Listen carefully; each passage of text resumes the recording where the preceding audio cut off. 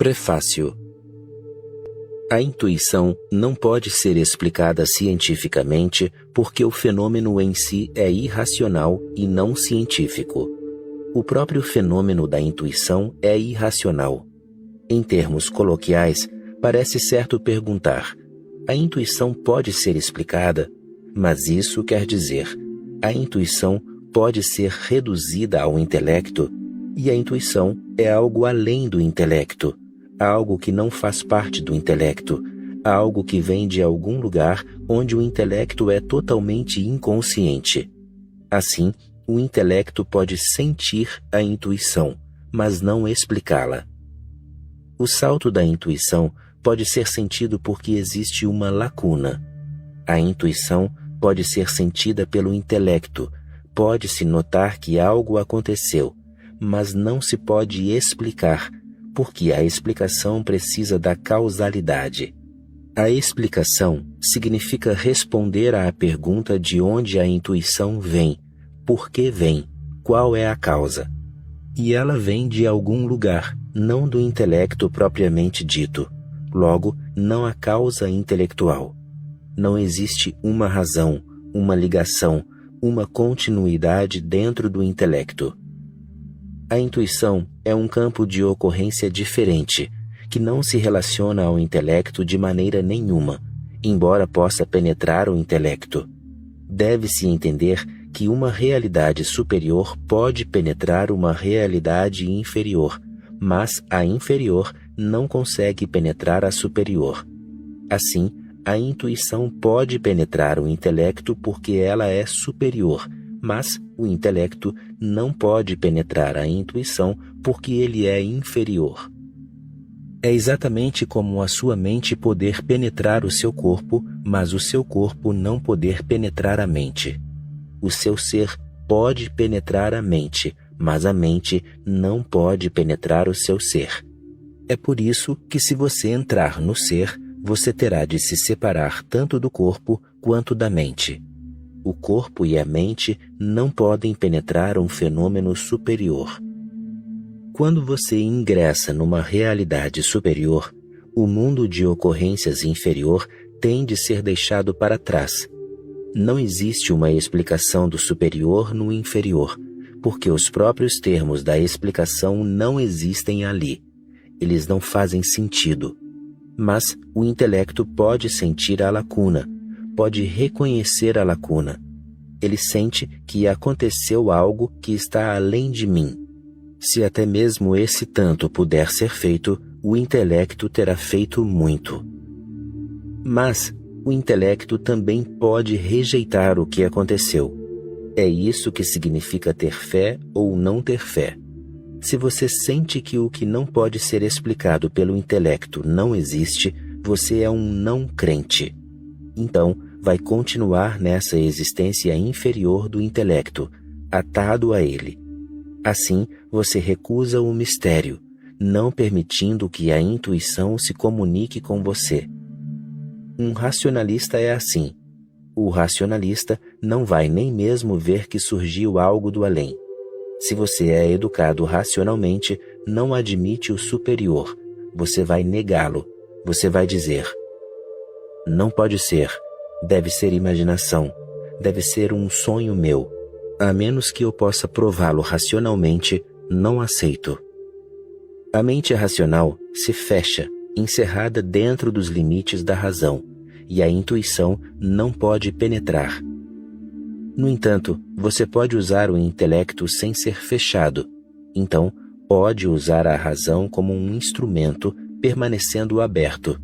Você está receptivo ao superior. Se algo acontecer, estará receptivo. Então, poderá usar o seu intelecto como um auxiliar. Ele observa que aconteceu algo que está além de mim. Ele pode ajudar você a entender essa lacuna. Além disso, o intelecto pode ser usado para a expressão, não para a explicação, para a expressão. Um Buda não explica nada. Ele é expressivo, mas não explicativo. Todos os Upanishads são expressivos sem nenhuma explicação. Eles dizem: isso é assim, Isso é assado. Isso é o que está acontecendo. Se você quiser, venha para dentro. Não fique do lado de fora. Nenhuma explicação é possível de dentro para fora. Portanto, venha para dentro. Torne-se um integrante do grupo. Mesmo que vá para dentro, as coisas não lhe serão explicadas. Você vai ter de chegar a conhecê-las e senti-las. O intelecto pode tentar entender, mas ele tende a fracassar. O superior não pode ser reduzido ao inferior. A intuição viaja sem nenhum veículo. É por isso que é um salto. É por isso que é um pulo. É um salto de um ponto a outro ponto, sem nenhuma interligação entre os dois. Se eu chegar a você com um passo depois do outro, não será um salto. Só se eu chegar a você sem dar nenhum passo é que será um salto. E um salto de verdade é até mesmo mais profundo. Significa que algo existe num ponto A e depois existe num ponto B, e que entre os dois não existe nada. Isso é um verdadeiro salto. A intuição é um salto. Não é algo que chegue até você por meio de passos.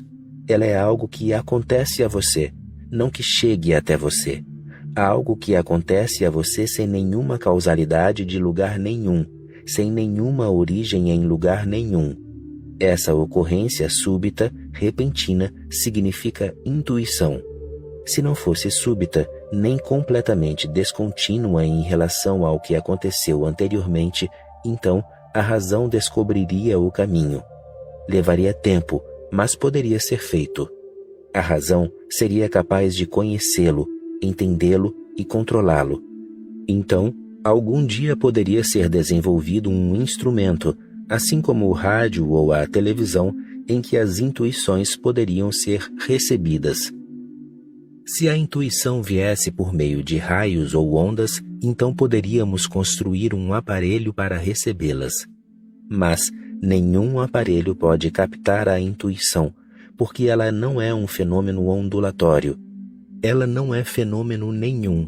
Ela é simplesmente um salto do nada para o ser. A intuição significa exatamente isso. É por isso que a razão a nega. A razão nega a intuição porque é incapaz de enfrentá-la. A razão só pode enfrentar fenômenos que possam ser divididos em causa e efeito. De acordo com a razão, existem duas esferas de existência, o conhecido e o desconhecido.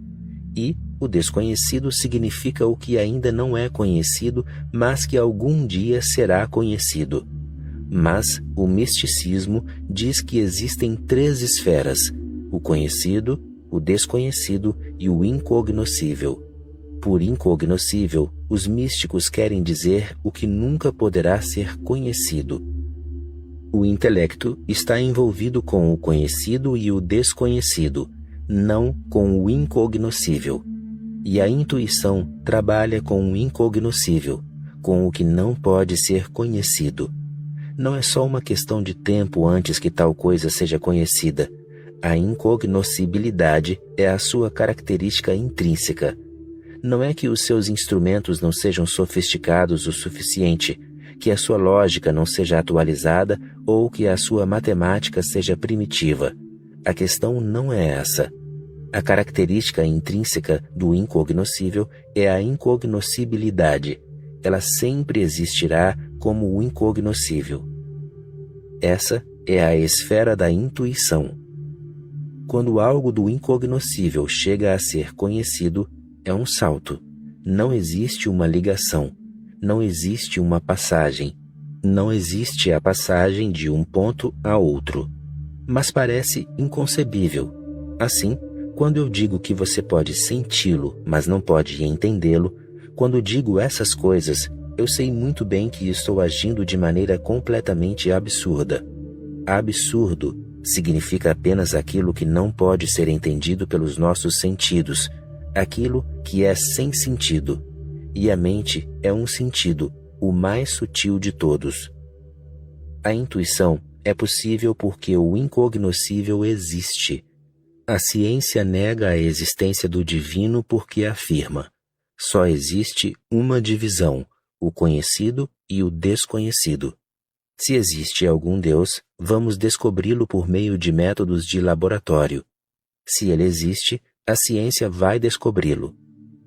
Os místicos, por outro lado, afirmam: não importa o que você faça, alguma coisa no próprio fundamento da existência vai permanecer incognoscível, um mistério. E se os místicos não estiverem certos, então eu acho que a ciência irá destruir todo o significado da vida. Se não existir mistério, todo o significado da vida será destruído e toda a beleza será destruída. O incognoscível é a beleza, o significado, a aspiração, a meta. Por causa do incognoscível, a vida significa alguma coisa. Quando tudo for conhecido, então tudo estará esclarecido, nivelado, monótono. Você ficará saciado, entediado. O incognoscível é o segredo. Ele é a vida em si. Eu vou dizer o seguinte: a razão é um esforço para conhecer o desconhecido, e a intuição é a ocorrência do incognoscível. Penetrar o incognoscível é possível, mas explicá-lo, não. A percepção é possível, a explicação não é. Quanto mais você tenta explicá-la, mais bloqueado você se torna. Portanto, não tente. Deixe a razão atuar em seu próprio campo, mas lembre-se sempre de que existem esferas mais profundas. Existem razões mais profundas que a razão não pode entender. Razões superiores que a razão é incapaz de conceber. Parte 1. Mapas. Quando o corpo funciona espontaneamente, isso é chamado de instinto. Quando a alma funciona espontaneamente, isso é chamado de intuição. Instinto e intuição se parecem e, ainda assim, uma grande distância os separa. O instinto é do corpo, o denso, e a intuição é da alma, o sutil. E entre os dois está a mente, a especialista, que nunca funciona espontaneamente. Mente significa conhecimento. O conhecimento nunca poderá ser espontâneo. O instinto é mais profundo do que o intelecto e a intuição é superior ao intelecto. Ambos estão além do intelecto e ambos são bons. Capítulo 1. Cabeça, coração e ser. A sua individualidade pode ser dividida, apenas com a finalidade de ser compreendida. Do contrário, não existe divisão. Ela é uma unidade independente, integral, cabeça, coração e ser. O intelecto é o funcionamento da cabeça, o instinto é o funcionamento do corpo e a intuição é o funcionamento do coração. E por trás desses três encontra-se o seu ser, cuja única característica é a de testemunhar.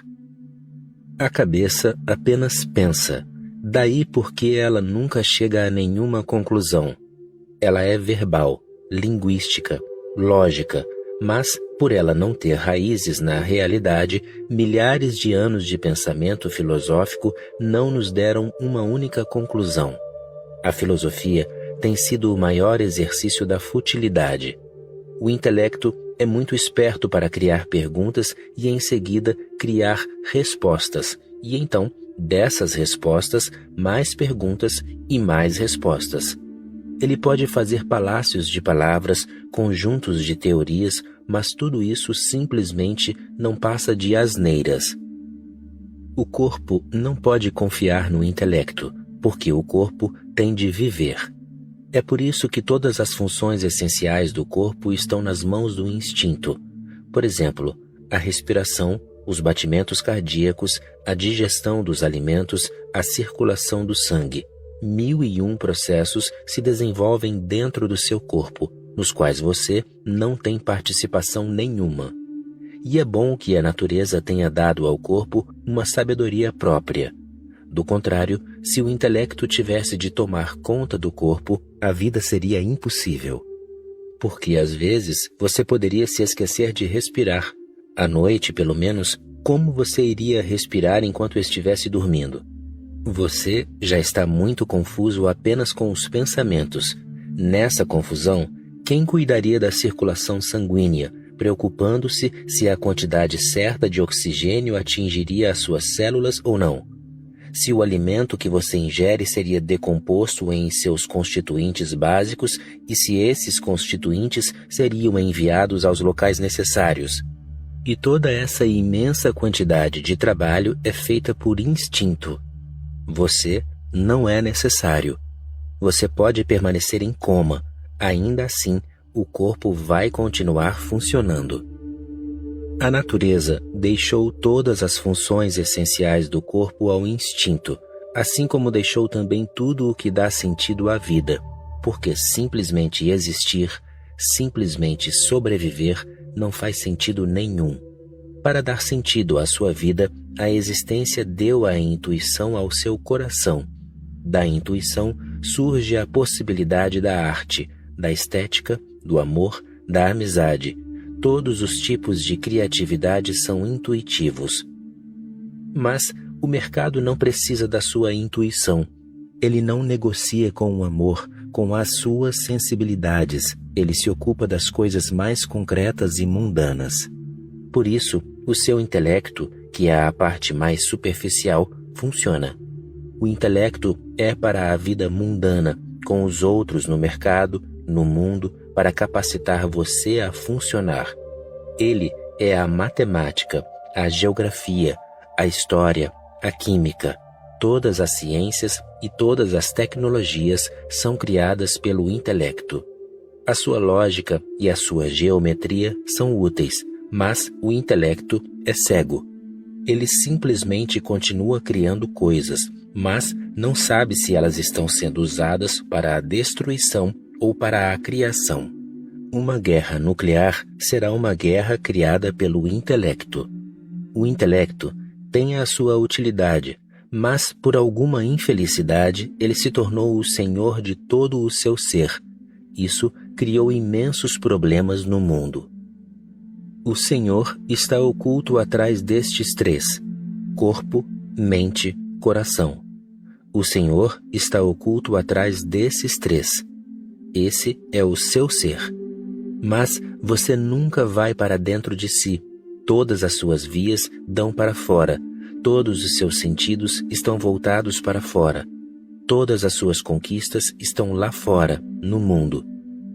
O intelecto é útil no mundo e todos os seus sistemas educacionais são técnicas para evitar o coração e tirar a sua energia diretamente da cabeça.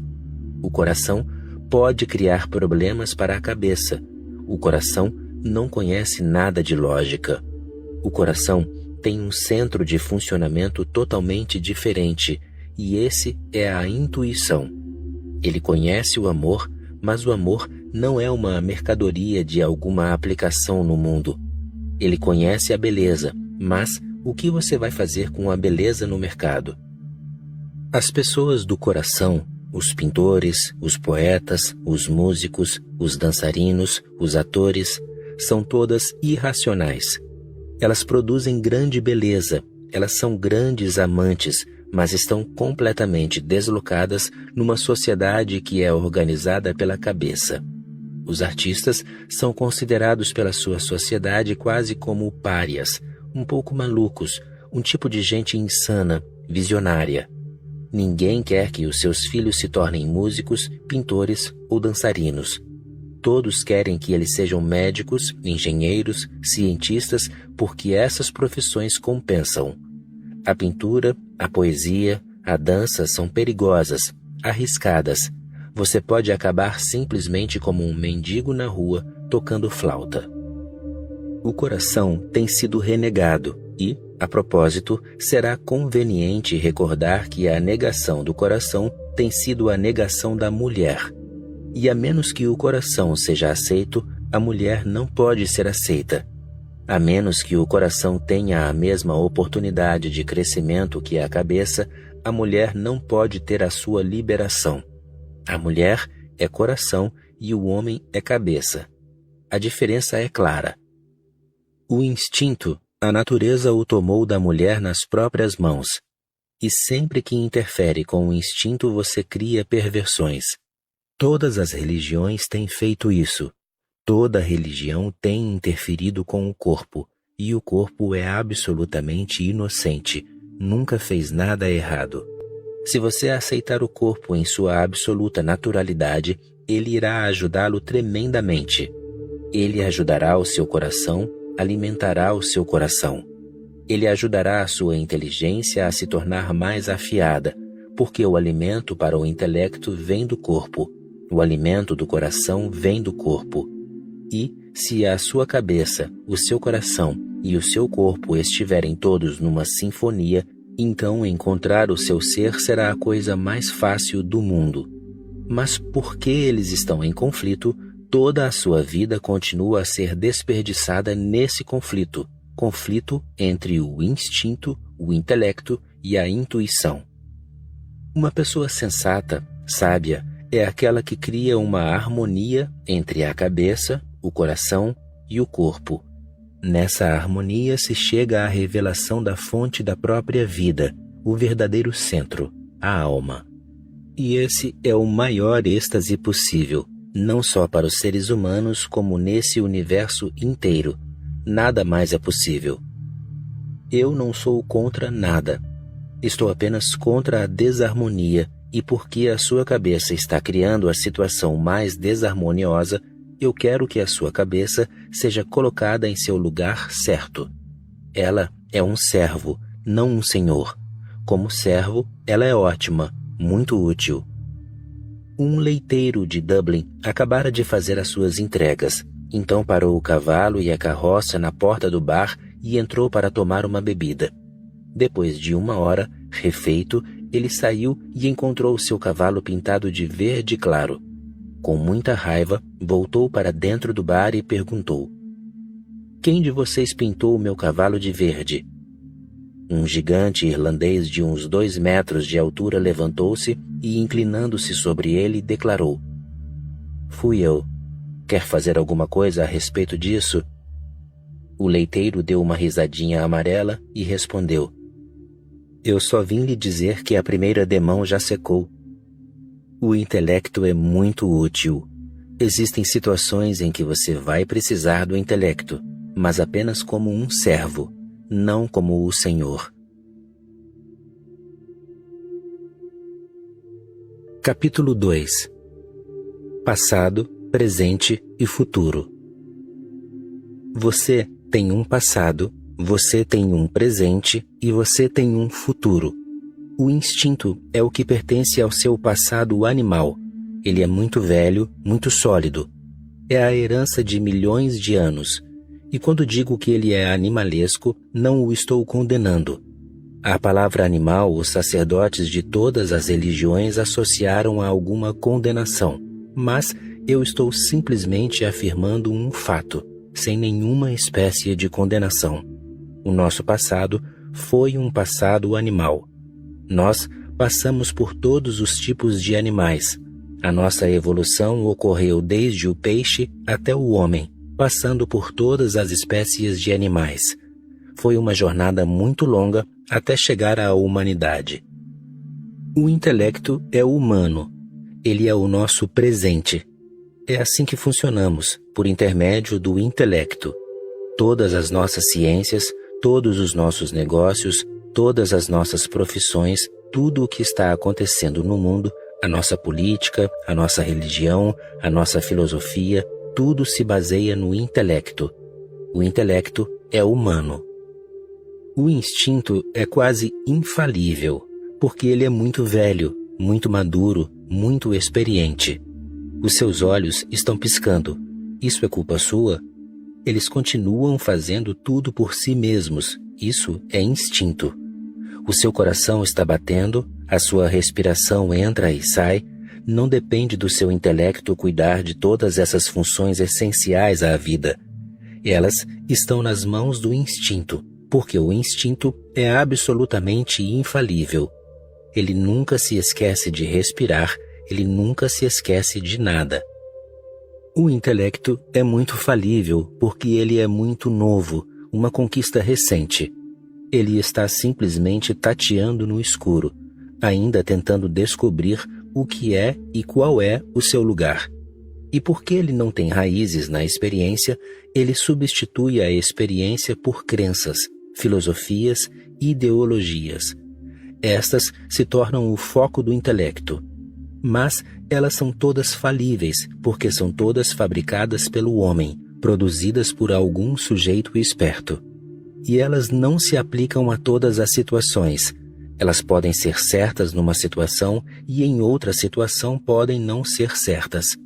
Mas o intelecto é cego, ele não sabe como lidar com o novo. Ele sempre dá a resposta velha para a pergunta nova. Paddy e Sean estavam sentados em frente ao prostíbulo local em Dublin, discutindo as virtudes da fé católica. De repente, Gideon Greenberg, o rabino local, aproximou-se da porta, olhou para um lado e para o outro, depois subiu correndo as escadas. "Você viu só?"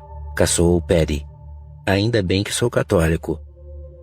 10 minutos mais tarde, o pastor anglicano aproximou-se da porta, olhou rapidamente ao redor e então subiu apressadamente as escadas. "Outro hipócrita", comentou Paddy. "Graças a Deus que sou católico." Alguns minutos depois, Sean cutucou Paddy, dizendo: "Ei, cara, olhe só, é o padre O'Murphy vindo nesta direção." Os dois homens observaram num silêncio constrangido enquanto o padre católico desaparecia pelas escadas do prostíbulo.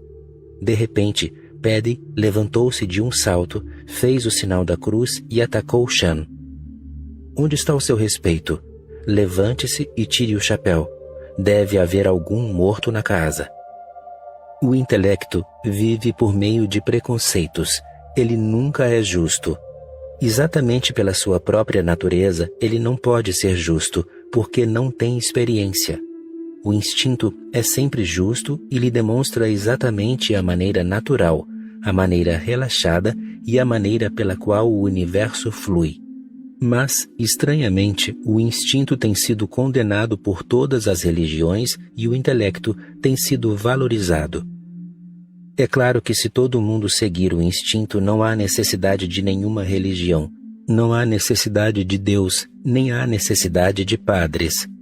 Os animais não precisam de Deus e são perfeitamente felizes. Não consigo ver como eles sintam falta de Deus. Nem um único animal, nem um único pássaro, nem uma única árvore sente falta de Deus. Eles estão todos aproveitando a vida na sua mais completa beleza e simplicidade, sem nenhuma necessidade de temer o inferno e nenhuma busca ansiosa pelo paraíso, sem diferenças filosóficas. Não existem leões católicos, não existem leões protestantes, nem hinduístas. Todos os seres vivos devem estar rindo do homem, do que aconteceu aos seres humanos. Se os pássaros podem viver sem religiões, igrejas, mesquitas e templos, por que o homem não consegue?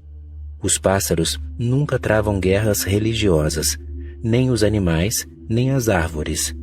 Mas você é muçulmano e eu sou hinduísta, e nós não podemos coexistir. Ou você se converte à minha religião, ou se rende, ou vou lhe mandar para o céu imediatamente. Por causa do fato de que, se o instinto é valorizado, essas religiões perdem toda a sustentação filosófica, toda a razão de existir, elas valorizam o intelecto. E a terceira coisa, que é o seu futuro, é a intuição. Então, essas 3 palavras têm de ser entendidas. O instinto é físico.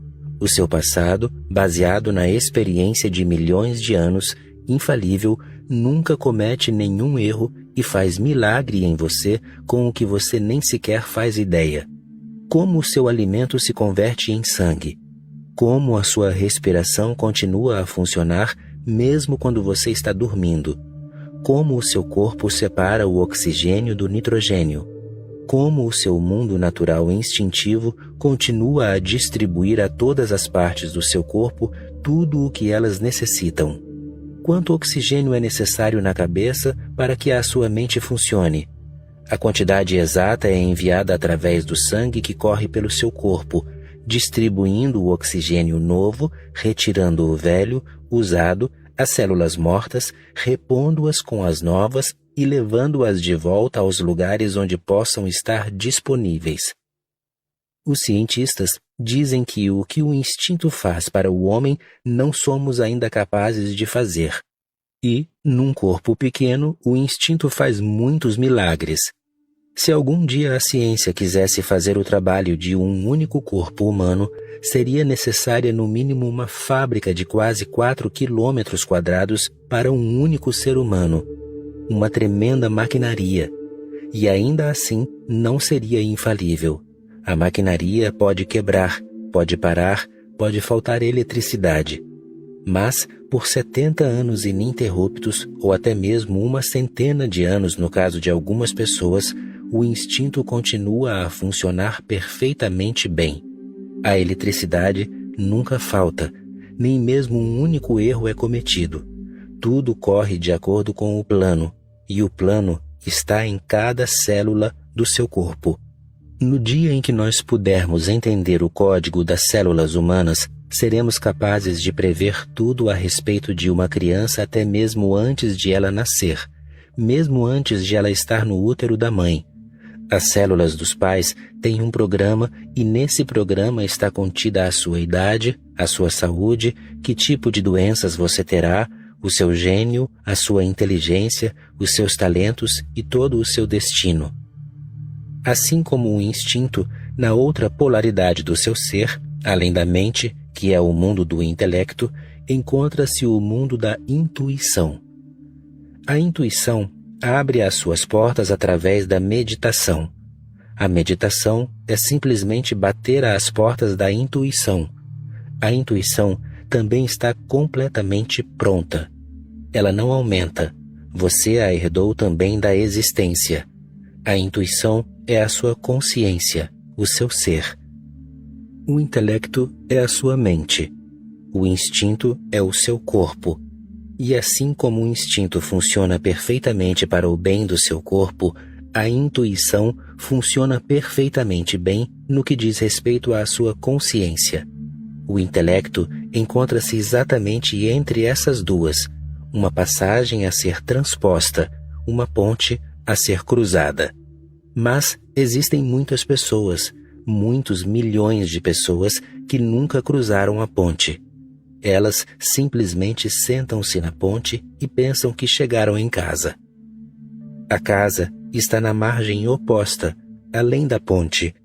A ponte une instinto e intuição, mas tudo depende de você. Você pode começar a fazer uma casa na ponte, então terá se extraviado. O intelecto não vai ser a sua casa.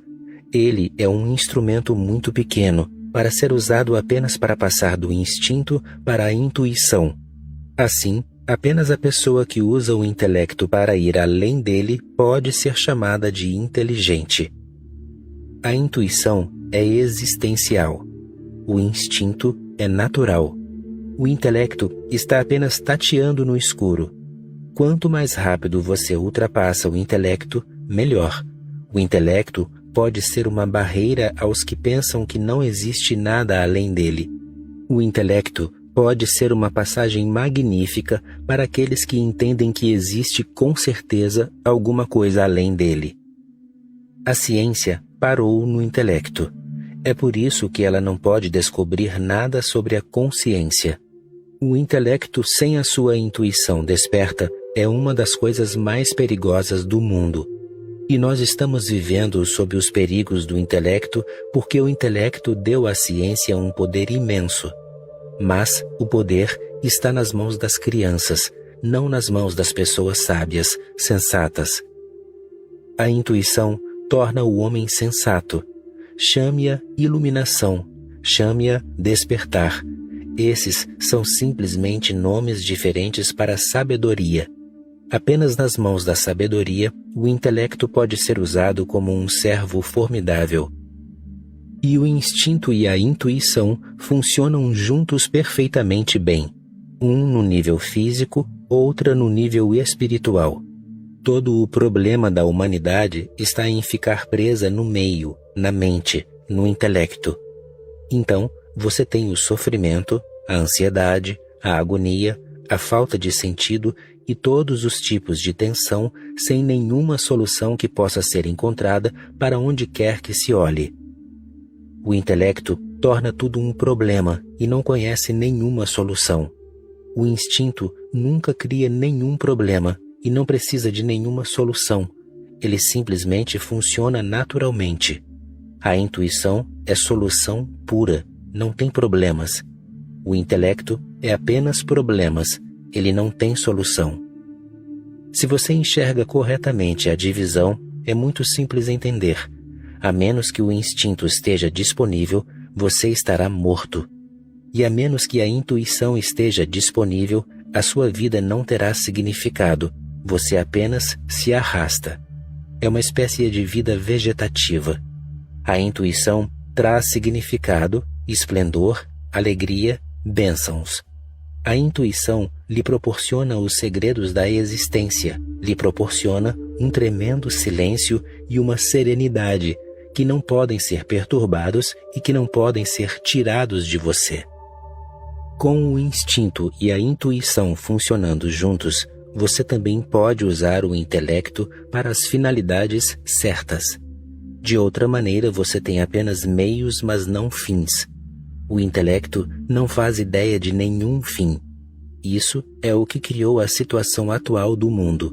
A ciência continua produzindo coisas, mas não sabe por quê. Os políticos continuam usando essas coisas sem saber que elas são destrutivas, que elas estão preparando o suicídio global. O mundo precisa de uma enorme rebelião que poderá levá-lo além do intelecto para os silêncios da intuição.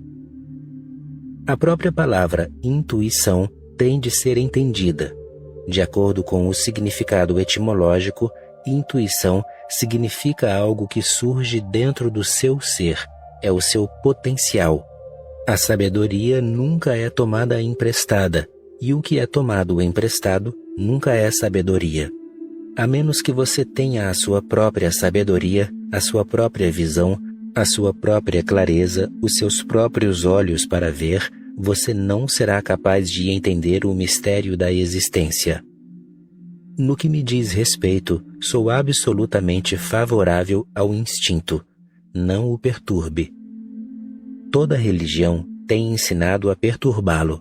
O que é jejuar se não perturbar o instinto? O seu corpo está faminto e pedindo alimento e você o mantém carente por motivos espirituais. Um estranho tipo de espiritualidade tem se apossado do seu ser. Ela devia ser chamada simplesmente de estupidez, não de espiritualidade. O seu instinto está pedindo água, ele está sedento, o seu corpo precisa de água. Mas as suas religiões... O jainismo não permite que ninguém nem mesmo beba água durante a noite. Bem, no que diz respeito ao corpo, ele pode sentir sede, especialmente durante o verão, num país quente como a Índia, e o jainismo existe apenas na Índia. Quando eu era criança, costumava me sentir muito culpado porque tinha de beber água durante a noite.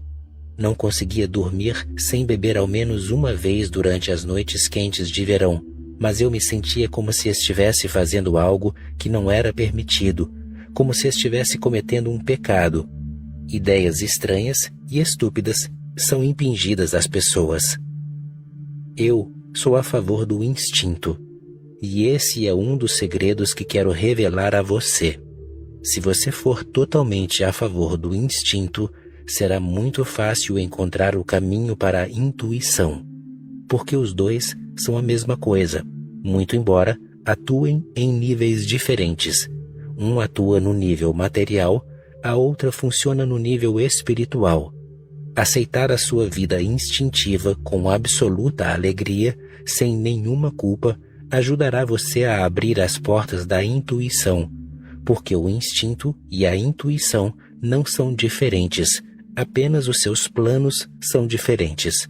E assim como o instinto funciona admiravelmente, em silêncio, sem nenhum ruído, também a intuição age da mesma forma, e até mais silenciosamente, de uma maneira muito mais admirável. O intelecto é uma perturbação, mas depende de nós querermos torná-lo uma perturbação ou usá-lo como um degrau. Quando você se depara com uma pedra na rua, você pode considerá-la como um obstáculo ou usá-la como um degrau para um plano superior. Aqueles que realmente entendem usam o intelecto como um degrau, mas as massas estão sob o controle das religiões que lhes ensinam: usem o seu intelecto como uma força de repressão ao instinto. As religiões estão ocupadas em lutar contra o instinto e se esquecem de tudo o que diz respeito à intuição. As religiões canalizam toda a energia de que dispõem para a luta contra a sua força vital. E, quando você luta continuamente contra o instinto, um monge jainista deve permanecer nu durante todo o ano, mesmo nos meses de inverno, mesmo durante as noites frias. Ele não pode usar um cobertor, ele não pode usar um lençol, não pode usar nada para cobrir o corpo de dia ou de noite. Ele tem de jejuar. Quanto mais ele jejuar, mais santo ele se torna aos olhos do mesmo tipo de pessoas condicionadas. 30 dias, 40 dias, isso é lutar contra o corpo. Isso é dominar o corpo e a matéria. Isso é o espírito dominando o corpo. É a mesma situação em todas as religiões, com diferentes superstições. Elas convertem a energia do intelecto contra o instinto, e isso elimina todas as possibilidades de que a flor da intuição desabroche. A intuição é a rosa mística que levará você ao êxtase supremo e à vida imortal. Mas as pessoas parecem estar absolutamente nas mãos do passado morto.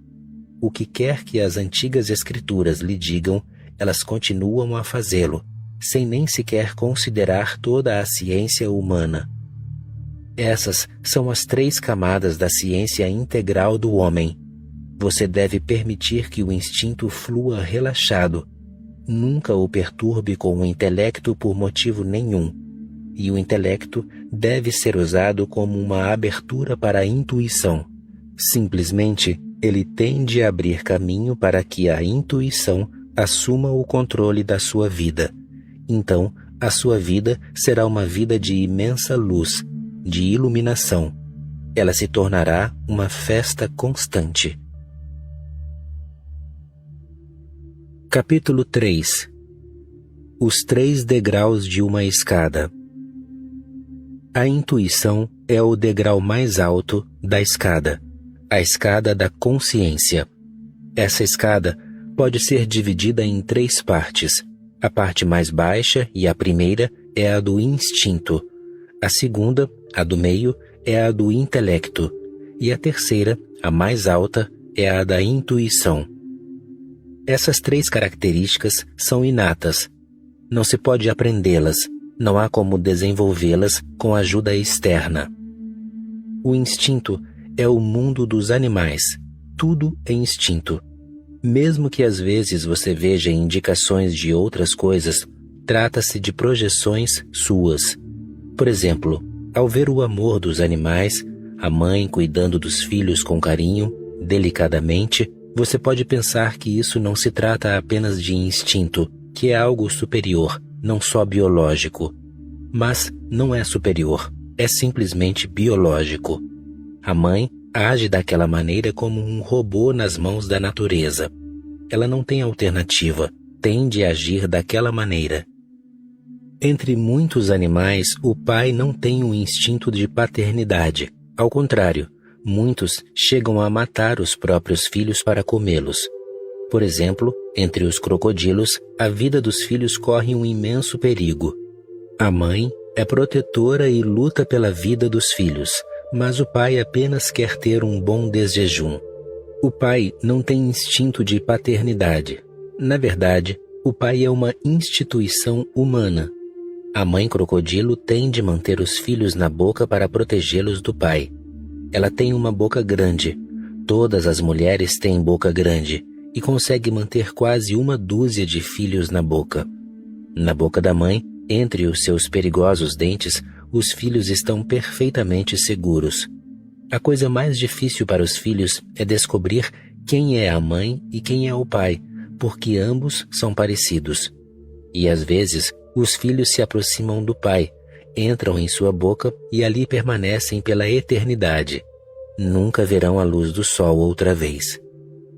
Mas a mãe tenta lutar, proteger. Talvez seja por isso que a natureza dê filhotes de crocodilos em tamanha profusão. A mãe tem 1 dúzia de cada vez, todo ano.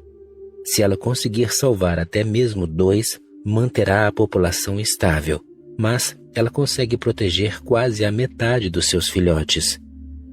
Alguém que esteja observando poderá considerar o pai como realmente cruel, sem compaixão, sem amor e que a mãe é realmente maternal. Mas esse observador estará apenas protegendo as próprias ideias. A mãe protege os filhotes não por algum motivo de consciência. Está nos hormônios dela protegê-los, e o pai não tem nada que ver com esses hormônios. Caso lhe injetem esses hormônios, ele vai parar de matar os próprios filhos. Então, é uma questão de química, não de psicologia ou de alguma coisa superior à bioquímica. 90% da vida humana ainda pertence ao mundo animal. Vivemos por instinto. Você se apaixona por uma mulher, ou uma mulher se apaixona por você, e você acha isso uma coisa ótima. Não é ótimo. É simples fascinação ou cegueira instintiva. Trata-se dos hormônios sendo atraídos pelos hormônios opostos. Você é apenas um joguete nas mãos da natureza. Nenhum animal se importa com as delicadezas e as sutilezas do amor, mas o homem acha que ser apenas instintivo é ofensivo, humilhante. O seu amor é apenas bioquímica? O seu amor é poesia, o seu amor é arte, o seu amor é filosofia. Mas bioquímica? Parece como se você tivesse vergonha da sua biologia, da sua composição química, da sua natureza. Mas não é assim que se deve entender.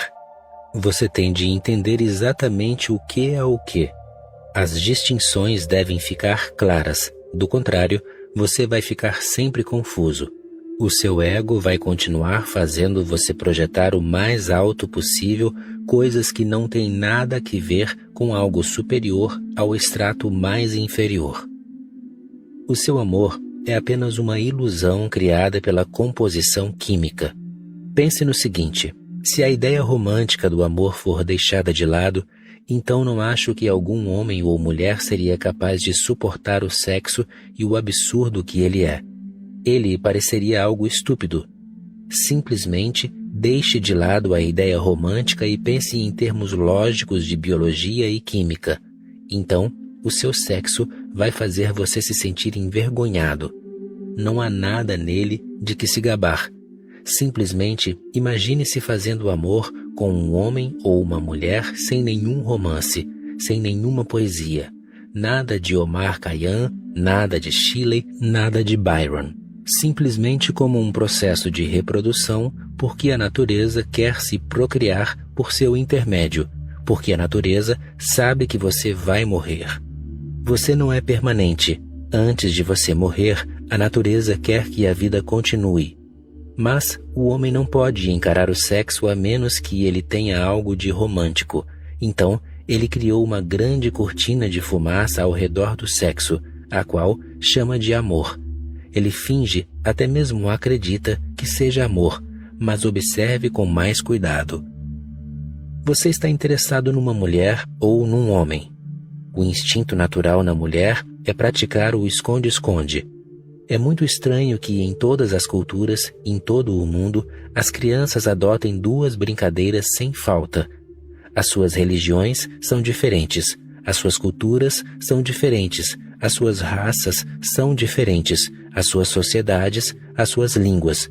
Tudo é diferente, mas em tudo o que se refere a essas duas brincadeiras, sejam elas nascidas na África, na China, na América ou na Índia, não faz diferença.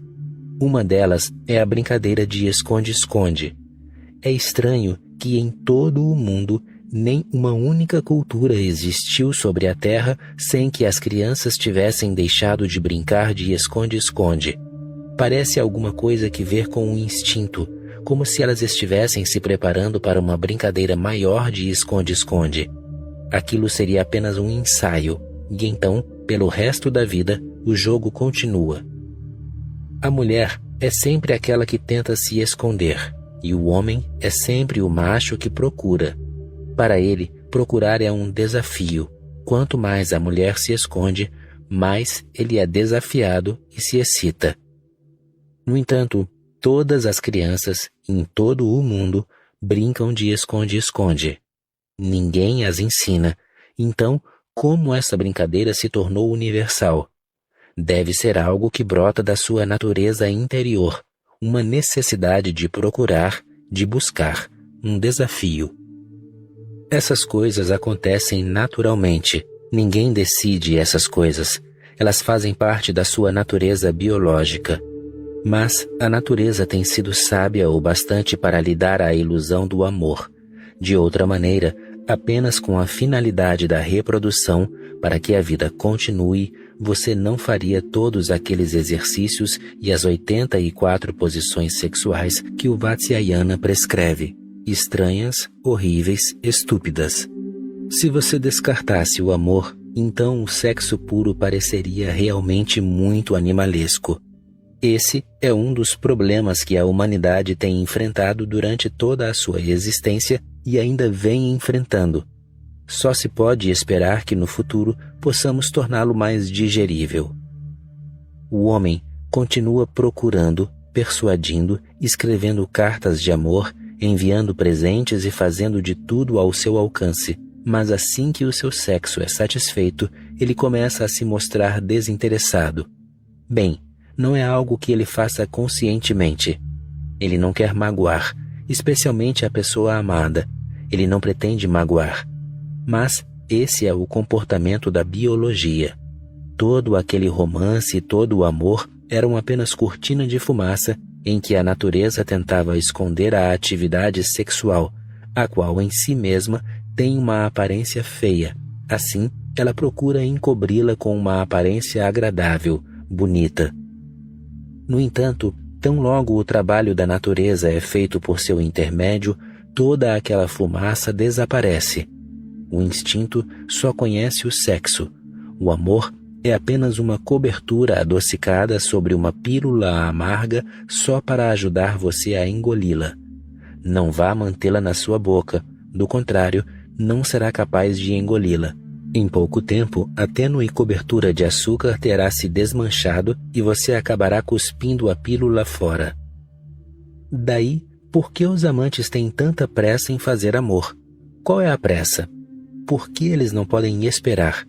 O açúcar é muito fino e eles têm medo de que, se ficar muito tarde, o açúcar possa se dissolver e então se revele todo o amargor, o verdadeiro amargor. O instinto não torna você humano, ele simplesmente mantém você um animal, de 2 pernas, mas ainda assim você é um animal. O segundo degrau, o intelecto, lhe dá alguma coisa que é superior à biologia, à química, à natureza animal. O intelecto também é inato, assim como a intuição, assim como o próprio instinto. Não há como aumentar a sua capacidade intelectual. O máximo que se pode fazer é atualizar todo o seu potencial, o que vai dar a impressão de que o seu intelecto terá crescido. A realidade é que a pessoa mais inteligente usa apenas 15% do seu potencial. A pessoa normal, vulgar, comum, usa apenas 6 a 7%. 85% da inteligência permanece sem ser usada até mesmo por um Albert Einstein ou um Bertrand Russell. Os 85% podem ser disponibilizados e será um crescimento enorme. Você vai pensar que certamente a sua inteligência aumentou, mas você simplesmente recuperou, reabilitou o que já possuía. Nós encontramos maneiras de ensinar o intelecto e aumentar a sua capacidade de memória. Todas as escolas, faculdades e universidades, todo o sistema educacional ao redor do mundo está fazendo apenas uma coisa: aguçando o intelecto. Mas surgiu um problema que não foi previsto pelos educadores. Quando o intelecto torna-se um pouco mais poderoso, ele começa a interferir no instinto. Então, tem início uma competição, uma luta pelo poder. O intelecto tenta dominar e, uma vez que tem a lógica do seu lado, a razão, a lógica, 1001 provas, consegue convencer você, até onde alcança o seu consciente, de que o instinto é algo maligno. É por isso que todas as religiões têm condenado o instinto. As religiões não passam de jogos intelectuais. O instinto faz parte do seu inconsciente e o intelecto faz parte do seu consciente. Mas o problema é que o consciente é apenas 1/10 do inconsciente. Ele é simplesmente como um iceberg. Apenas 1/10 aparece à superfície da água. Os 9/10 restantes estão escondidos embaixo da água. O seu consciente é apenas 1/10 parte, mas ele aparece. Você tem conhecimento dele. Você não sabe nada sobre o seu inconsciente. O consciente tem sido ensinado nas escolas, nas faculdades, nas universidades, nas igrejas, nas sinagogas, em toda parte. E eles preparam o seu consciente contra o instinto. Esse é um fenômeno terrível. Estão tornando você antinatural contra si mesmo. Mas o inconsciente está sempre em silêncio. Ele está mergulhado na escuridão. Ele não está nem um pouco preocupado com o consciente.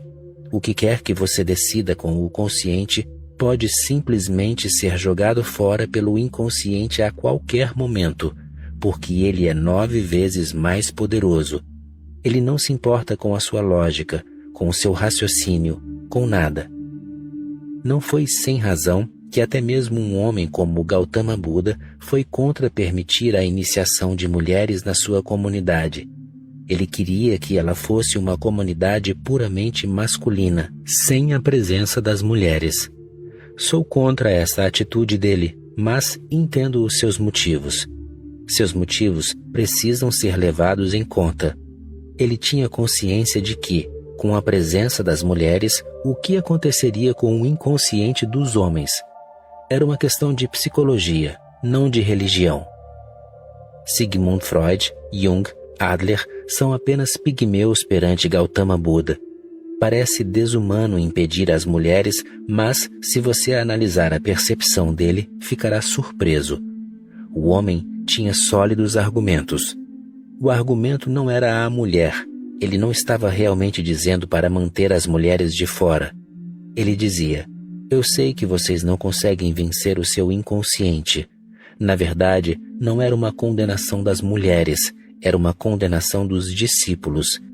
Ele estava dizendo que, ao permitir a entrada das mulheres, seria criada uma situação em que o inconsciente começaria a dominar a todos. Ele tentou de todas as maneiras impedir que isso acontecesse. Ele disse aos seus monges que deviam caminhar olhando apenas 1 metro à frente dos pés, de modo a não ver o rosto das mulheres pelo caminho ou aonde quer que fossem. No máximo, eles poderiam vê-las à altura das pernas. Ele dizia aos seus monges: não toquem nas mulheres, não falem com as mulheres. Um de seus discípulos era insistente e perguntou: em algumas situações, por exemplo, uma mulher caiu na rua, doente ou morrendo, você quer que não falemos com ela, perguntemos aonde ela gostaria de ir? Você quer que não toquemos a mulher nem que a levemos para casa? Em raras situações como uma dessas, respondeu Buda, vocês podem, sim, tocá-la e falar com ela, mas prestem muita atenção. Não se esqueçam nunca de que se trata de uma mulher. Então, a insistência dele: prestem muita atenção, não se esqueçam nunca. Não era contra a mulher, mas contra o inconsciente. Se você prestar muita atenção ao fato, existe a possibilidade de que o seu inconsciente possa não ser capaz de penetrar o consciente e dominá-lo. Todas as religiões têm se posicionado contra a mulher. Não que elas odeiem as mulheres, não. Elas simplesmente tentam proteger os monges, os padres e os papas. É claro que eu não concordo com a metodologia delas, porque essa não é uma maneira de proteger. Na verdade, isso torna você mais inflamável. Um monge que não tocou uma mulher, que não falou com uma mulher e que não faz a menor ideia da mulher, tem uma tendência maior a ser vítima do seu instinto do que um homem que convive com as mulheres, conversa com elas e fica mais à vontade entre elas. Os monges e as freiras sempre estiveram mais à mercê do instinto. Se você separar o seu instinto completamente da satisfação, ele poderá se tornar tão poderoso, quase como uma droga, que poderá intoxicar você, poderá deixá-lo alucinado. E, na Idade Média, houve monges que confessaram diante do tribunal especial montado pelo Papa. Era um tribunal superior, ao qual foram chamados todos, monges e freiras honestos, e levados a confessar diante da pergunta: você tem relações com demônios, com bruxas? E milhares deles confessaram: sim, as bruxas vêm durante a noite, os demônios chegam à noite. As paredes e fechaduras do mosteiro não eram suficientes para impedir a entrada deles. É claro, eles eram demônios e bruxas. Os religiosos descreviam exatamente a aparência das bruxas, como se pareciam com demônios e como eram tentados sexualmente e eram incapazes de resistir. Essas freiras e monges foram queimados vivos de modo que se tornassem uma lição para os outros. Mas ninguém se incomodou de olhar. Nenhuma bruxa vem até você, mesmo que você mantenha a porta aberta. Nenhum demônio o procura. Por que esses demônios e bruxas procuravam apenas os católicos? Estranho. O que teriam os pobres católicos feito de errado? A razão é simples. Eles reprimiam tanto o sexo que este se tornava algo efervescente dentro do seu inconsciente. E quando eles iam dormir, os seus sonhos eram muito vivos, coloridos e realistas. Isso dependia das privações que sofriam. Experimente jejuar por 2 ou 3 dias e você vai ver. Toda noite você terá um banquete nos sonhos. E à medida que o jejum prossegue e o deixa mais faminto, o seu banquete se torna cada vez mais delicioso, perfumado, colorido, realista. Existe a possibilidade de que depois de 21 dias de jejum, você possa sonhar com o alimento com os olhos abertos, plenamente desperto. Não há mais necessidade de dormir. Então, o inconsciente começa a se infiltrar no consciente até mesmo enquanto você está desperto. Muitas das freiras e monges admitiam que aquilo não acontecia apenas durante a noite. Durante o dia também os demônios e bruxas vinham visitá-los e fazer amor com eles. E eles eram incapazes de fazer alguma coisa. Isso estava simplesmente além da sua capacidade. Outras religiões fizeram a mesma coisa. Meus esforços são justamente no sentido contrário de todas as religiões, porque eu posso ver o que elas fizeram. A intenção era boa, mas a sua compreensão não era suficientemente profunda. Eu quero que as mulheres e os homens convivam, tenham conhecimento dos seus corpos, das suas diferenças, polaridades, de modo que não haja necessidade de que o inconsciente carregue algo reprimido.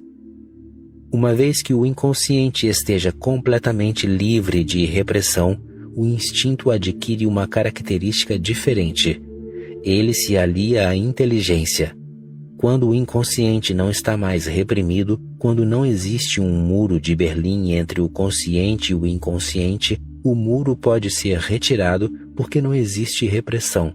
Portanto, não há necessidade de manter o inconsciente escondido.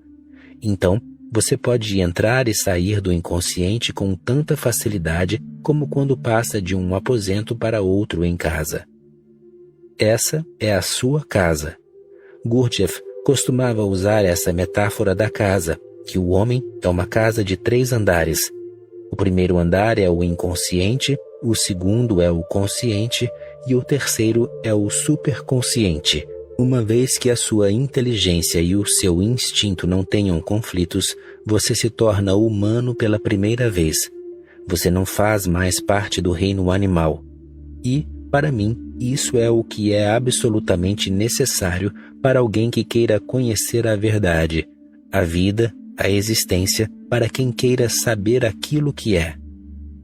Reprimindo 9/10 da sua mente, como você vai chegar a se conhecer? Você reprimiu tanta coisa de si mesmo num porão onde não consegue chegar. Todas as pessoas religiosas têm vivido trêmulas de medo. De onde vem esse medo? O medo é do próprio inconsciente e dos instintos reprimidos que batem à porta do consciente dizendo: abra a porta, queremos entrar, queremos nos realizar, queremos nos satisfazer. Quanto mais carentes eles estão, mais perigosos se tornam. Você está cercado por lobos famintos. Cada instinto se torna um lobo faminto e essa é a tortura em que as assim chamadas pessoas religiosas têm vivido, cercadas por lobos famintos. Quero que você seja amigo do seu inconsciente. Deixe a sua biologia se satisfazer até se saciar.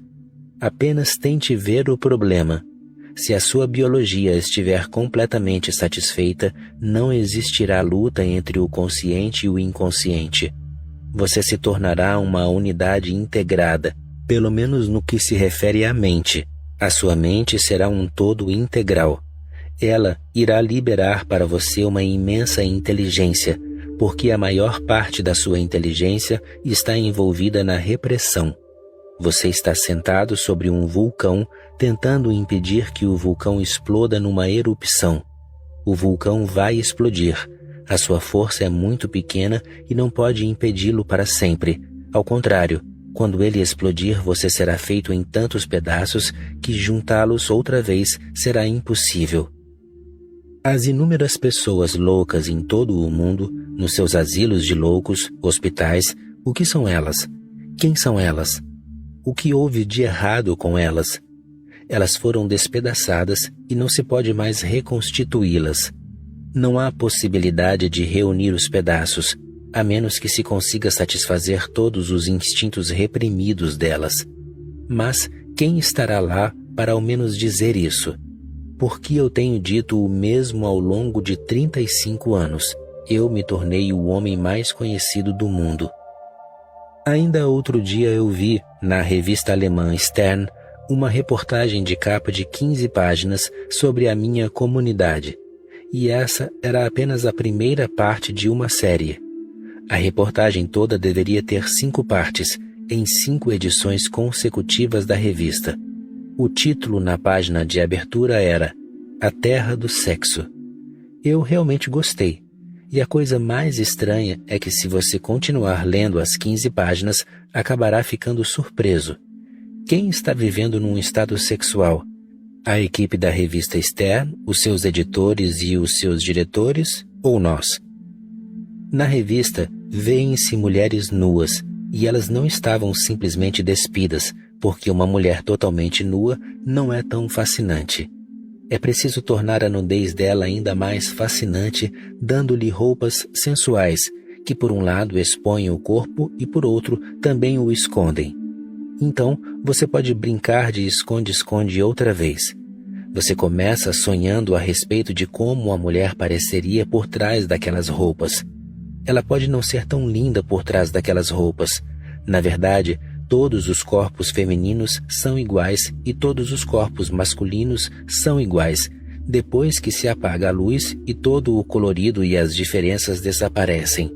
O escuro é assim um equalizador, tão comunista que no escuro você é capaz de amar até mesmo a sua própria esposa. A revista inteira estava recheada de sexo, mas nós é que estávamos na terra do sexo. Até mesmo a revista Playboy escreveu contra mim, e fico imaginando como é estranho o mundo em que vivemos. Mas eu sei por que a Stern e a Playboy ou outras revistas do gênero que são de terceira classe e exploram a sexualidade das pessoas. Elas são vendidas aos milhões. A Stern vende quase 2 milhões de exemplares e calcula-se que cada exemplar seja lido por pelo menos 8 pessoas. Isso significa 16 milhões de pessoas. Por que eles deveriam estar contra mim? E eles estiveram contra mim durante anos. A razão é que, se eu for bem-sucedido, então essas revistas terão de fechar as suas portas. Elas vivem à custa da repressão. É uma questão simples de lógica descobrir por que elas estão contra mim. Os padres, que são contra o sexo, são contra mim. E as pessoas que usam o sexo como objeto de exploração, Playboy, Stern, e existem milhares de revistas ao redor do mundo, também estão contra mim. Parece estranho, porque eles não são contra o Papa. Não há um único artigo contra o Papa. A Playboy deveria ser contra o Papa, que está sempre condenando o sexo. Mas não. Existe uma lógica intrínseca. Quanto mais o Papa condena o sexo, mais ele reprime o sexo, mais a Playboy vende. Apenas na minha comunidade ninguém se interessa pela Playboy ou pela Stern. Quem se importa? Se eu for bem-sucedido, então todas essas revistas pornográficas, toda a literatura e os filmes desse gênero estarão simplesmente fadados a desaparecer. E existe um grande investimento por trás deles. Então, todos eles vão se opor a mim. E eles vão se opor a mim e me condenar em nome do sexo, como se eu estivesse disseminando a sexualidade. Se alguém tem disseminado a sexualidade, deve ser o Deus deles. Eu não tenho nada que ver com isso. Ele continua fazendo nascer crianças com os hormônios do sexo. Ele deveria parar com isso. Ele deveria dar ouvidos ao Papa. Mas essas revistas não estão contra Deus tampouco, porque ele lhes fornece todo o mercado. Os papas e os pornógrafos estão todos mancomunados numa profunda conspiração. E eles estão juntos contra mim porque eu estou simplesmente tentando acabar com o jogo. Esses dois tipos de pessoas exploram a repressão. Daí, é lógico ser contra mim de todas as maneiras. Ambos estão contra mim. Ao menos a Stern devia não estar contra mim se eu tivesse criado uma terra do sexo. Eles deveriam estar contentes e ser favoráveis. Mas não. Eles estão absolutamente irados. Eles podem até nem ter consciência do motivo pelo qual estão com raiva de mim. Eles podem estar fazendo isso de maneira absolutamente inconsciente, mas o inconsciente também tem as suas próprias razões. Reprima alguma coisa e ela se torna valiosa. Reprima mais e ela se torna mais valiosa. Não reprima e ela perde todo o valor. Expresse-a e ela se evapora. Eu posso dizer ao mundo que a minha comunidade é o único lugar em que o sexo não significa nada, ele não tem valor. Ninguém se incomoda com ele, ninguém sonha com ele e ninguém fantasia a respeito dele. Na verdade, as pessoas sempre escrevem para mim: Osho, o que eu faço? A minha vida sexual está desaparecendo completamente. Eu digo, o que você faz? Deixe desaparecer. Você não precisa fazer nada. Esse é todo o nosso objetivo aqui. Ela deve desaparecer. Não faça nenhum esforço para fazê-la desaparecer, mas quando ela estiver desaparecendo, por favor, não faça nenhum esforço para impedi-lo. Diga adeus a ela. É ótimo que ela esteja desaparecendo. Mas o problema é que as pessoas pensam que quando o sexo está desaparecendo, talvez não reste mais nada, porque o sexo era tudo o que as excitava, era o seu êxtase e a sua alegria. Não, realmente existem muito mais coisas à sua espera. Apenas deixe que o sexo desapareça de modo que a sua energia fique disponível para um tipo superior de excitação, um tipo superior de êxtase. Quando o seu inconsciente e o seu consciente se encontrarem, porque não há nada reprimido no inconsciente, e esse é o momento de encontro deles e da sua fusão, nesse exato momento, outra grande oportunidade se abrirá para você, porque você não estará mais envolvido com o inferior. Toda a sua energia estará disponível para o superior. Você está no meio, a mente consciente. Mas porque o inconsciente existe, você permanece ocupado em reprimi-lo, você continua reprimindo-o. Não é uma questão de que uma vez que o tenha reprimido, você acabou com ele. Você tem de reprimi-lo constantemente, porque ele se manifesta o tempo todo sem parar. É assim como bater uma bola. Você a atira e ela volta para você. Quanto mais forte você bater nela, maior será a força com que ela voltará para você. O mesmo acontece em relação aos instintos. Você os reprime e quanto mais energia dispensa para reprimi-los, mais energia eles vão ter na volta contra você. De onde eles tiram energia? É a sua energia. Mas quando você está completamente livre do inconsciente e dos envolvimentos dele, ele fica limpo e silencioso. Então toda a sua energia fica disponível. A energia tem um princípio fundamental. Ela não pode permanecer estática, ela tem de se mover. O movimento é a sua natureza. Não se trata de algo que você ponha num lugar e que permaneça ali. Não, ela tem de se mover, ela é vida. Então, quando não existe motivo para se mover para baixo, só resta a ela um sentido para se mover, para cima. Não há mais para onde ir. Ela começa a atingir o seu superconsciente, e só os seus golpes no superconsciente são tão agradáveis e dão tanta alegria que todos os seus orgasmos sexuais de repente perdem a cor. Você não consegue imaginar isso, porque não se trata de uma diferença quantitativa de modo que eu possa lhe dizer é 10.000 vezes maior em quantidade. A diferença é de qualidade, portanto, não há como imaginar. Como compará-la ao seu orgasmo sexual? Mas essa é a única coisa na sua vida com a qual algo superior pode ser comparado. Quando a sua energia começa a atingir o mundo superior, do qual você nem sequer tinha consciência até então, ocorre um constante banho de alegria. O orgasmo sexual é tão momentâneo que no instante em que você sabe que ele ocorreu, ele já passou. Você só se lembra dele na memória. Você realmente não entende quando ele ocorre. Por causa dessa instantaneidade, você se torna cada vez mais viciado nele, porque você se lembra de que aconteceu algo grandioso. Então, vamos tentar de novo, Mas não há como.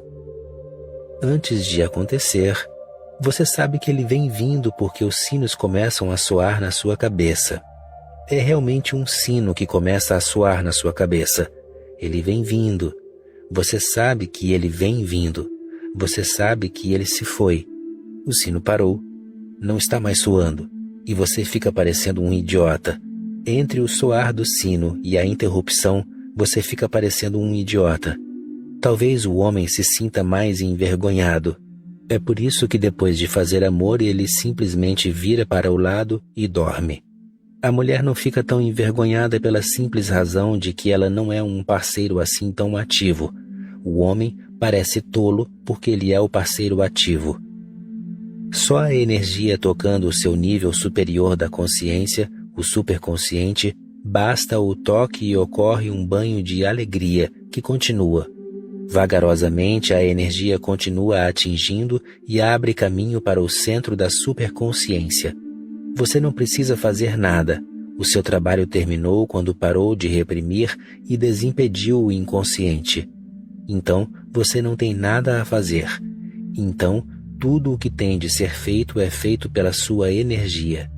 E quando você chega ao centro, uma nova faculdade começa a funcionar dentro de você, e essa é a intuição.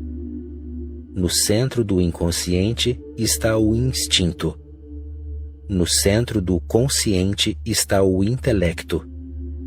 No centro do superconsciente está a intuição. O instinto leva você a fazer coisas, força você a fazer coisas até mesmo contra a sua vontade. O intelecto ajuda você a encontrar meios se quiser fazer uma determinada coisa, ou encontrar meios se não quiser fazer uma determinada coisa. O trabalho do intelecto é encontrar um meio. Se você quiser ir com o instinto, o intelecto encontrará uma maneira. Se você é uma pessoa assim chamada religiosa, uma pessoa pseudo-religiosa e quiser ir contra o instinto, o intelecto encontrará um meio. Poderão ser maneiras ou meios estranhos, mas o intelecto está a seu serviço. O que você quiser, ele fará. Ele não é a favor nem contra nada, ele simplesmente está a seu dispor.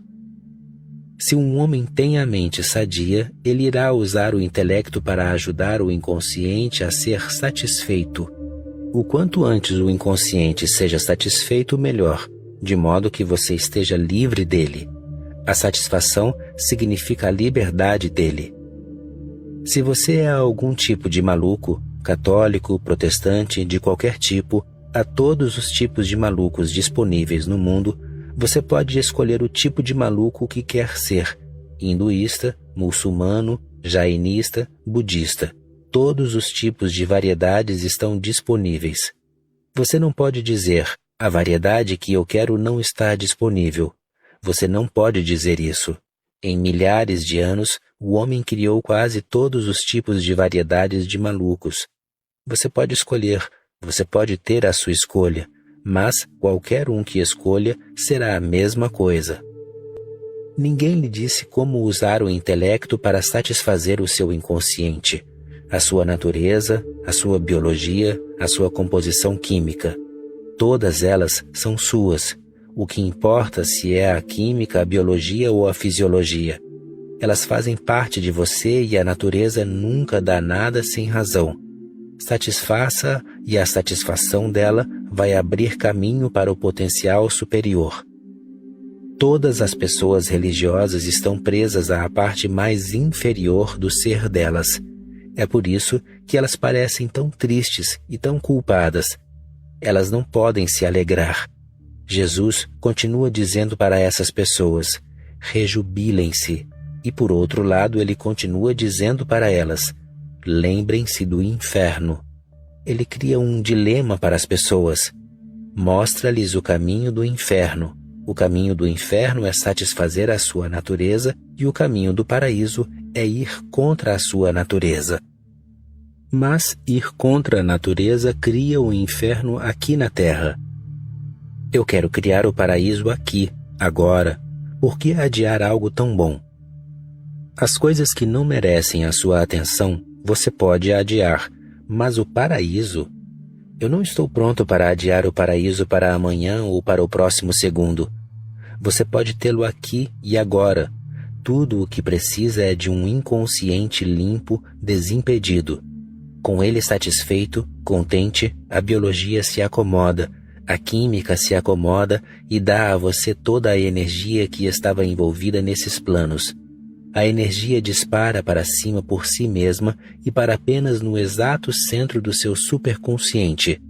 E lá, a intuição começa a funcionar. O que é a intuição? A intuição é, num certo sentido, como o instinto. Em outro sentido, absolutamente diferente do instinto. Em certo sentido, como o intelecto, em outros sentidos, absolutamente contra o intelecto.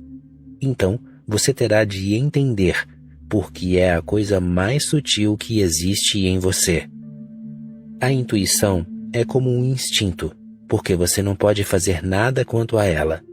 Ela faz parte da sua consciência, assim como um instinto faz parte do seu corpo. Você não pode fazer nada quanto ao seu instinto e não pode fazer nada quanto à sua intuição. Mas assim como você pode permitir que os seus instintos sejam satisfeitos, pode permitir e dar total liberdade para que a sua intuição seja satisfeita. E você ficará surpreso com os tipos de poderes que carrega dentro de si. A intuição pode lhe dar respostas para as questões supremas, não verbalmente, mas existencialmente. Você não precisa perguntar, isso é verdade?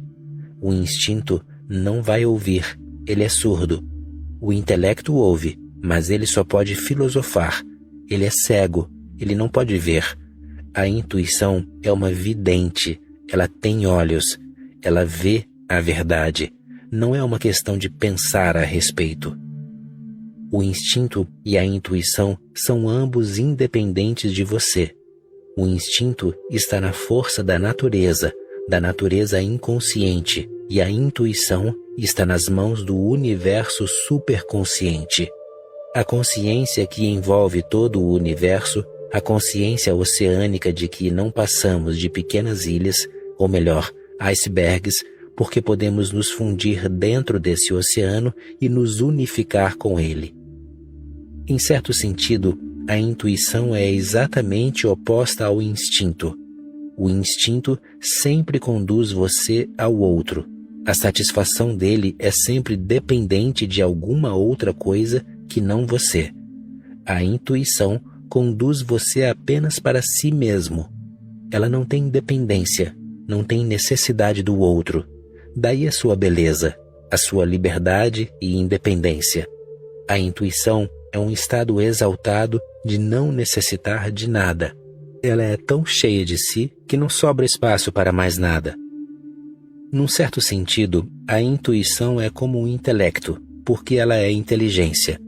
O intelecto e a inteligência são semelhantes ao menos na aparência, mas apenas na aparência. A pessoa intelectual não é necessariamente inteligente, e a pessoa inteligente não é necessariamente intelectual.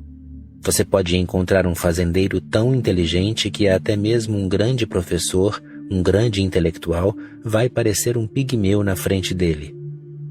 Aconteceu na Rússia soviética, depois da Revolução, de terem mudado a cidade de Petrogrado para fazer dela uma nova cidade em homenagem a Lenin, Leningrado. Na frente do enorme, bonito e antigo castelo de Petrogrado havia uma grande rocha que os czares nunca pensaram em remover. Não havia necessidade. Então, vieram os carros e aquela rocha estava bloqueando a estrada. Teria de ser removida. Mas a rocha era tão bela que quiseram retirá-la e mantê-la como um memorial. Então, não quiseram destruí-la ou dinamitá-la. Mas todos os grandes engenheiros, tudo o que eles podiam pensar era dinamitá-la ou começar a cortá-la pedaço por pedaço e depois voltar a reunir os pedaços. Mas Lenin disse: "Isso não vai dar certo. Não será a mesma coisa. A rocha é tão bela. Foi por isso que os czares a mantiveram logo à frente do palácio." A essa altura, aproximou-se um homem, um pobre homem com o seu jumento. Ele parou lá ouvindo toda a discussão, então deu uma risada e começou a seguir em frente. Lenin o chamou. "Espere, por que está rindo?" O homem disse: "É uma coisa tão simples. Não se precisa fazer muita coisa. Tudo o que vocês precisam fazer é cavar ao redor da rocha. Não precisam encostar na rocha. Basta cavar ao redor dela e ela vai se acomodar cada vez mais fundo no buraco. Vocês não vão perturbar a rocha. A rocha vai continuar no mesmo lugar, mas não estará impedindo a passagem de ninguém. Não há necessidade de dinamitá-la nem de destruí-la." Lenin disse aos seus engenheiros: "Vocês são grandes engenheiros e arquitetos, mas o que esse pobre camarada está dizendo é mais inteligente." E assim foi feito. A rocha foi salva e a estrada foi salva, mas a ideia veio de um homem pobre que não era ninguém. Eu tenho observado, conhecendo milhares de pessoas, que a maior parte dos intelectuais não são inteligentes porque eles não precisam ser inteligentes. O seu intelecto, o seu conhecimento é suficiente. Mas um homem que não tem conhecimento, não tem intelecto, nem educação, tem de buscar a inteligência dentro de si mesmo. Ele não pode olhar para fora. E porque ele tem de depender da inteligência, a inteligência começa a crescer. Assim, a intuição tem algo semelhante ao intelecto, mas não é intelectual. Ela é inteligência. O funcionamento do intelecto e o da inteligência são totalmente diferentes. O intelecto funciona por meio de etapas, passo a passo. Ele tem um procedimento, uma metodologia. Se você está fazendo uma pergunta sobre matemática, então há etapas a serem seguidas. Na Índia, há uma mulher, Shakuntala, que esteve em quase todas as universidades ao redor do mundo, exibindo a sua intuição. Ela não é uma matemática, não é nem mesmo muito instruída. Ela é formada apenas no colegial. Até mesmo quando Albert Einstein era vivo, ela deu uma demonstração para ele. E a demonstração dela foi estranha. Sentou-se com um giz na mão, na frente do quadro negro. As pessoas faziam-lhe qualquer tipo de pergunta sobre matemática ou aritmética e mal haviam terminado a pergunta, ela já começara a escrever a resposta. Albert Einstein deu um certificado para ela. Ela me mostrou o certificado quando eu estive em Madras, onde ela mora. Ela me mostrou todos os seus certificados e o de Albert Einstein dizia: fiz a essa mulher uma pergunta que levei 3 horas para responder porque tive de seguir um método. Não posso passar direto da pergunta à resposta. Eu sei que ninguém pode fazer isso em menos tempo do que eu, e esse tempo é de 3 horas. Outros podem levar até 6 horas ou mais, mas eu posso fazê-lo em 3 horas, porque já o fiz antes. Mas todo o procedimento tem de ser seguido. Se você deixar de cumprir uma única etapa, os números eram tão grandes que ela precisou de todo o quadro negro para escrever a resposta. E antes mesmo que ele tivesse terminado a pergunta, ela começou a escrever a resposta. Einstein ficou impressionado, absolutamente impressionado, porque era impossível. Ele perguntou: como você consegue fazer isso? Ela respondeu: não sei como consigo fazer isso. Simplesmente acontece. Você me pergunta e os números começam a aparecer diante dos meus olhos, de algum lugar lá de dentro. Eu vejo 1, 2, 3 e apenas continuo a escrever. Essa mulher nasceu com a intuição funcionando, mas eu senti muita pena dela porque ela se tornou apenas um objeto de exposição. Ninguém se preocupou com o fato de uma mulher que nasceu com a intuição funcionando poder se tornar iluminada muito facilmente. Ela está simplesmente parada no limite. Um passo e ela se torna o máximo em consciência. Mas ela não está consciente, porque isso é apenas uma extravagância da natureza. Havia um rapaz, Shankaran, que puxava um rickshaw na cidade, e um professor de matemática, um inglês, que costumava tomar o rickshaw do rapaz para a universidade. Uma ou 2 vezes aconteceu de o professor estar pensando sobre um problema e o rapaz simplesmente olhar para ele e dizer: a resposta é esta. O professor não havia falado, ele estava apenas pensando, e o rapaz puxando o rickshaw, mas dissera: a resposta é esta. O professor ia para a universidade, resolvia todo o problema e ficava surpreso ao descobrir que a resposta era aquela mesmo. Quando aquilo aconteceu 2 ou 3 vezes, ele perguntou ao rapaz: como você faz isso? O rapaz respondeu: eu não faço nada. Apenas sinto você atrás de mim, preocupado, e alguns números começam a aparecer. Eu não tenho muita instrução, mas os números eu consigo entender. E vejo tantos números na sua mente, logo atrás de mim, uma linha, uma fileira, e então, de repente, alguns números aparecem na minha mente. Então, eu lhe digo que essa é a resposta. Eu não sei como acontece. Shankaran foi enviado a Oxford pelo professor, porque ele era ainda mais adiantado que aquela mulher Shakuntala. Era preciso fazer uma pergunta a ela, e então ela escrevia a resposta. Com o Shankaran, bastava apenas visualizar a pergunta na mente e ele escrevia a resposta. A intuição dele funcionava mais plenamente. Ele via tanto a resposta quanto a pergunta. Ele podia ler a mente das pessoas. E ele era ainda menos instruído, um homem tão pobre que puxava um rickshaw. Ele se tornou um fenômeno na história da matemática porque muitas perguntas que permaneciam sem solução havia séculos, ele resolveu, ainda que não soubesse dizer como. Ele dava a resposta, mas como julgar se a resposta estava certa ou errada? Levou muitos anos. Quando foi desenvolvida uma matemática superior, então puderam resolver o problema. Shankaran morreu, mas as suas respostas estavam certas. A intuição funciona num salto quântico. Ela não tem um procedimento metodológico, simplesmente vê coisas. Ela tem olhos para ver. Ela vê coisas em que você nunca nem mesmo pensou como coisas. Por exemplo, o amor. Você nunca pensou no amor como uma coisa. Mas um homem de intuição pode ver se existe amor em você ou não, se existe confiança em você ou não, se existe dúvida em você ou não. Ele pode ver tudo isso como se fossem coisas. Do meu ponto de vista, a intuição ocupa o lugar mais elevado, e é a esse local que estou tentando alçar você. Um inconsciente não desobstruído prende você. Desobstrua-o, e a maneira de desobstruí-lo é satisfazendo-o, deixando-o tão satisfeito que ele lhe diga: por favor, pare, é mais do que eu precisava. Só então o deixe. E com isso, o seu intelecto estará cheio daquele fluxo de energia revigorado que ele converte em inteligência. Então, a energia continua aumentando e abre as portas da intuição. Então, você poderá ver coisas que não são visíveis aos seus olhos físicos, coisas que não são nem ao menos coisas.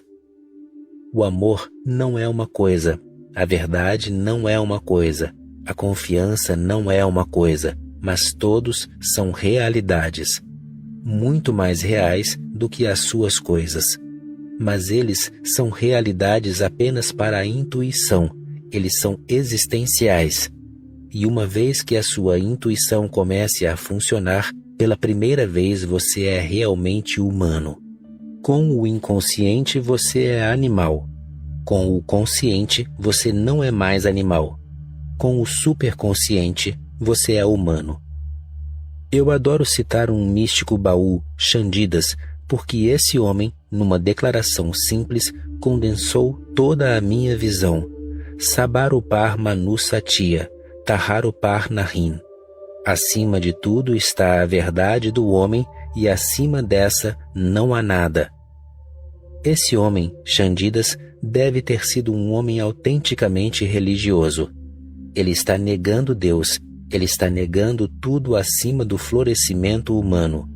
Sabarupar, acima de todos, acima de tudo. Manu Satya, a verdade do homem. Taharupar Nahin. E além disso, eu viajei muito. Não há nada. Depois de alcançar o seu potencial humano em seu total florescimento, você terá chegado em casa. Parte 2. Barreiras ao saber. Saber significa ficar em silêncio, completamente em silêncio. Então, você pode ouvir a voz baixa e calma do seu íntimo. Saber significa deixar a mente de lado. Quando você está absolutamente calmo, sem se mover, nada se agita em você. As portas se abrem. Você faz parte dessa existência misteriosa. Você a conhece tornando-se parte dela, tornando-se um participante dela. Isso é saber. Capítulo 4. Conhecimento. Qual é a diferença entre conhecimento e saber? Não existe diferença no dicionário, mas na vida existe uma enorme diferença. O conhecimento é uma teoria, o saber é uma experiência.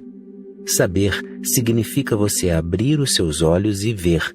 Conhecimento significa que alguém abriu os olhos, viu e comenta a respeito, e você simplesmente continua reunindo as informações. O conhecimento é possível até mesmo se você for cego. O conhecimento é possível. Sem olhos, você pode aprender muitas coisas sobre a luz, mas saber não é possível se você for cego. Saber é possível apenas se os seus olhos estiverem saudáveis, sadios, se você puder ver. Saber é autenticamente uma experiência sua. O conhecimento é postiço, falso. O conhecimento é uma praga, uma calamidade, um câncer. É por meio do conhecimento que o homem se torna separado do todo. O conhecimento cria a distância. Você encontra uma flor silvestre na montanha e não sabe o que ela é. A sua mente não tem nada a dizer sobre ela. A mente é silenciosa. Você observa a flor, vê a flor, mas nenhum conhecimento se manifesta em você. Existe a admiração, existe o mistério. A flor está ali, você está ali. Pela admiração, vocês não estão separados, vocês estão ligados. Mas, se você souber que aquela flor é uma rosa, um cravo ou outra qualquer, esse próprio conhecimento separa você. A flor está ali, você está aqui, mas não há uma ligação. Você conhece. O conhecimento cria uma distância. Quanto mais você conhece, maior a distância. Quanto menos você conhece, menor a distância. E se você estiver num momento de não conhecer, não existe distância. Vocês estão próximos. Você se apaixona por uma mulher ou por um homem. No dia em que você se apaixona, não existe distância. Existe apenas admiração, uma emoção, uma excitação, um êxtase, mas não conhecimento. Você não sabe quem é aquela pessoa. Sem o conhecimento, não existe nada para separá-los. Daí a beleza daqueles primeiros momentos de amor. Depois que você viveu junto com a pessoa, por 24 horas apenas, o conhecimento se formou. Então, você tem algumas ideias sobre a pessoa. Você sabe quem ela é. Existe uma imagem. 24 horas criaram um passado. Aquelas 24 horas deixaram marcas na mente. Você observa a mesma pessoa e não há mais o mesmo mistério. Você está descendo a montanha, aquele pico ficou para trás. Entender isso é entender muito. Entender que o conhecimento separa, o conhecimento produz uma distância, é entender o verdadeiro segredo da meditação. A meditação é um estado de não conhecer. A meditação é espaço puro, não perturbado pelo conhecimento. Sim, a história bíblica é verdadeira. Aquele homem caiu por causa do conhecimento, ao comer o fruto da árvore do conhecimento. Nenhuma outra escritura do mundo ultrapassa essa. Essa parábola é a última palavra. Nenhuma outra parábola atingiu um ponto mais alto do que essa compreensão. Parece tão ilógico que o homem tenha caído pelo conhecimento. Parece ilógico porque a lógica faz parte do conhecimento. A lógica é tudo que sustenta o conhecimento. Parece ilógico porque a lógica é a causa profunda da queda do homem. Um homem que seja absolutamente lógico, absolutamente razoável, sempre sensato, que nunca permite nada ilógico na sua vida, é um louco.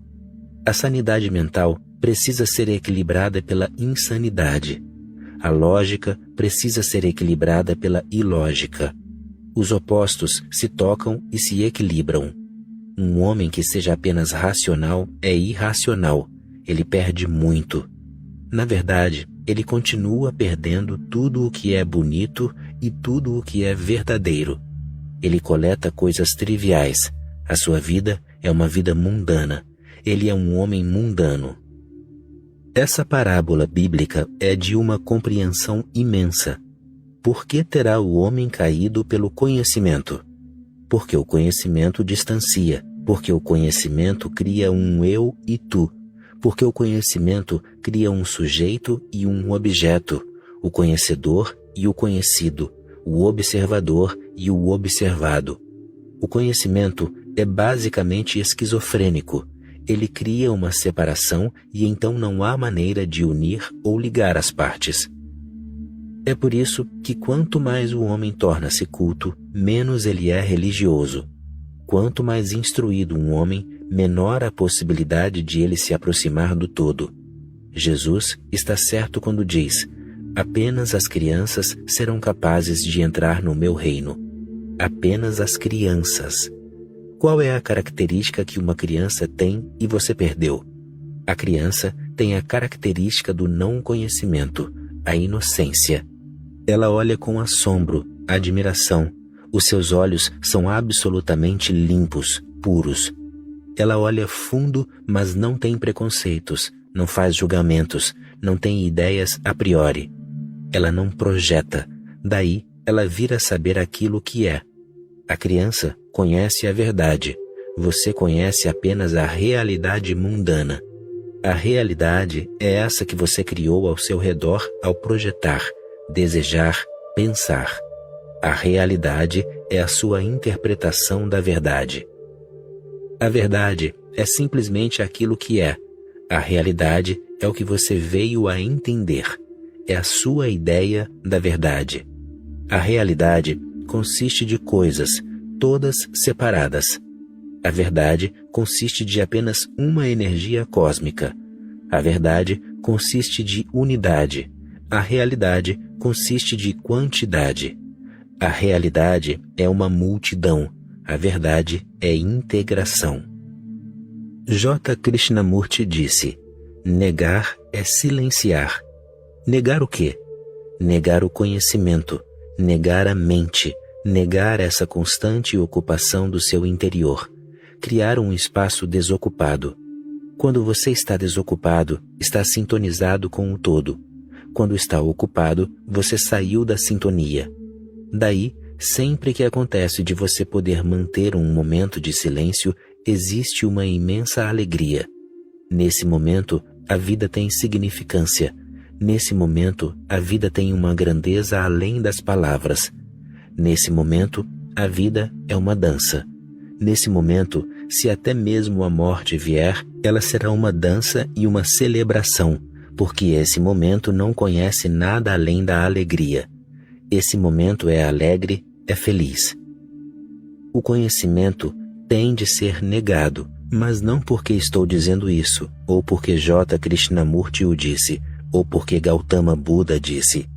Se você nega porque estou dizendo, então você vai negar o seu conhecimento e tudo o que eu estou dizendo irá se tornar o seu conhecimento no lugar disso.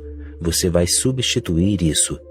Então, tudo o que eu disser se tornará o seu conhecimento e você vai começar a se apegar a isso.